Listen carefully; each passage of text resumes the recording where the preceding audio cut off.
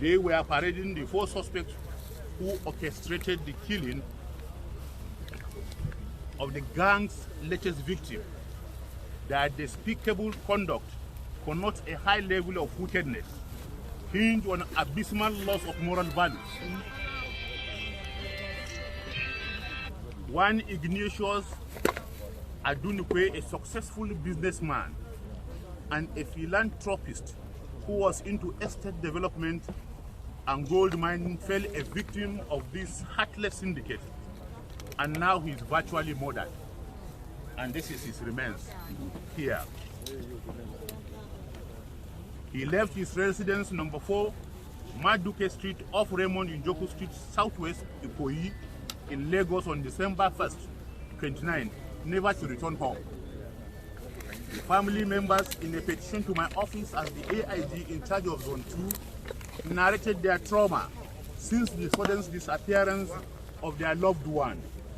On this note, I summoned the tactical commander of the Ikorodu office of the Zonal Intervention Squad of the Operation Pop Adder, SP Uba Adams, and directed him to go after the victim abductors, ensure their arrest, as well as to rescue the victim alive.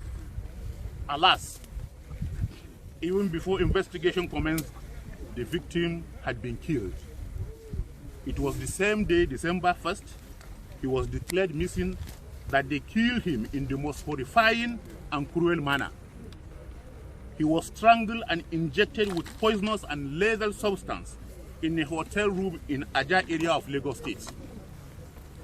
Bob Daniel Ibieji, the principal mastermind, who claimed to be a medical doctor with the following qualification certificate: MBBS, Fellow of Royal College of Surgery, and member of Royal College of Surgeon, all in Edinburgh in United Kingdom, as well as an MBA in Zurich, is the kingpin of the syndicate, and he is here standing. Investigation revealed that he had been living on ill-gotten money through this means for some time now. 2 incidents that have been established against him were that of a civil commissioner in Bayelsa State, where one Honorable Depologa was murdered and his remains was found along Abuja Expressway.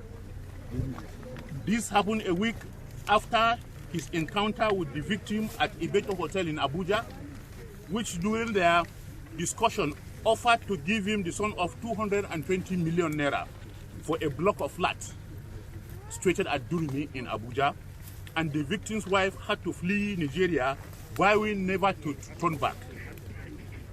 The second victim was one Jude Efulwe, a property developer in Abuja, who swam into Bob's net and held him captive in an apartment and forced him to sign a prepared document transferring the ownership of the victim's property. He also discovered that the victim had 9 million in his account. His plan was to kill Jude after sweeping his account. But with the help of neighbors who called the police, Bob and his boys were apprehended and charged to court accordingly. It was in Kuje prison, where Cletus was also serving a jail term. This is boss, and that is Cletus, that he, Bob, met and had to reunite on leaving the prison to execute this present Destard Act.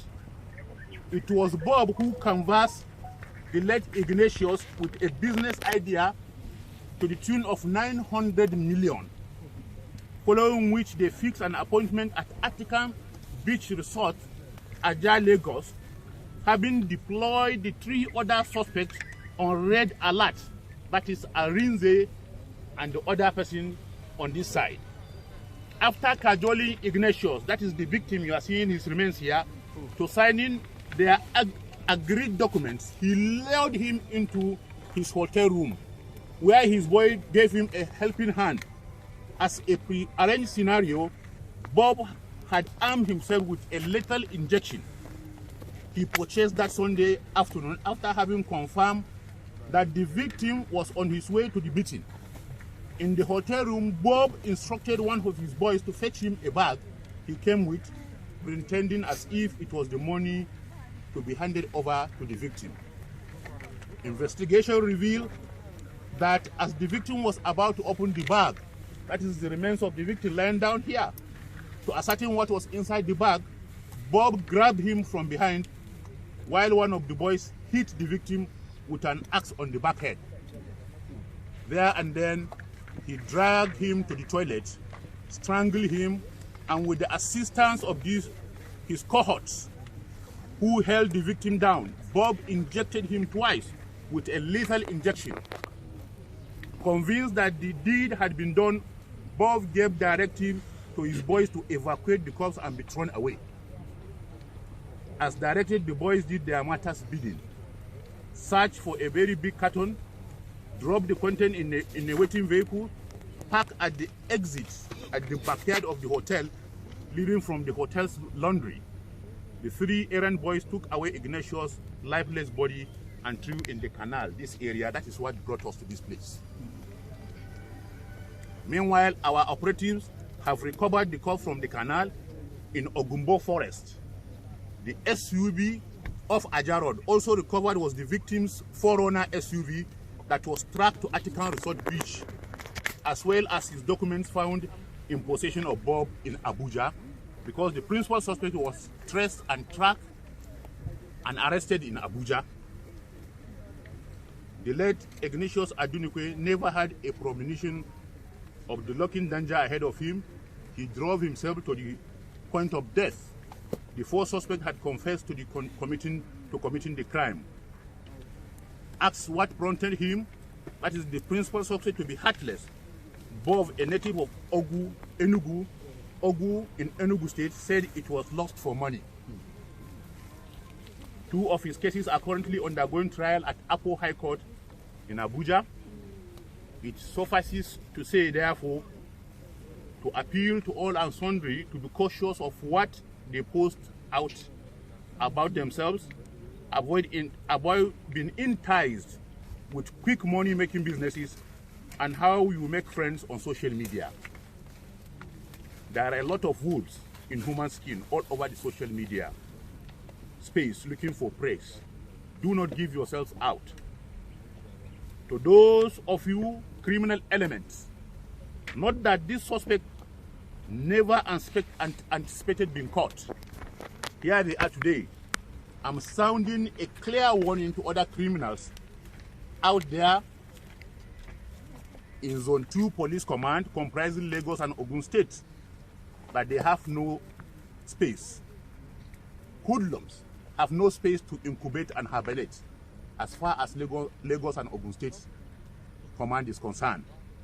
The atmosphere will never be conducive for them. This is achievable, as policing is everybody's business. Gentlemen of the press, I sincerely share in pains and anguish of the victim's family and pray that God consoles them, while also praying for the repose of the victim's souls. As for those behind this wicked act and their accomplices, they will be charged to court to face the full wrath of the law. Thank you and God bless.